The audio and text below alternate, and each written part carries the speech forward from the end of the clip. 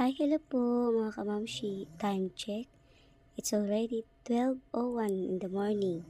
Pero ito pa rin po kami ni baby. Sasayaw-sayaw. Kasi nga po katapos niya lang pong dumede. Yung mga baby po kasi, hindi po pwedeng ihiga after dumede. Kailangan po muna mag-barb. At saka, huwag po munang ihiga gawa ng nagkakaroon po yung mga baby ng acid reflux. Ito po yung hangin na kung saan sumasama doon sa pagdede nila. Kapag hindi po yun nailabas, ay maaaring sumakit yung tiyan nila.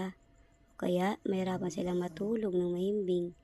Kaya kailangan 20 to 30 minutes po silang naka-elevate yung kanilang mga katawan.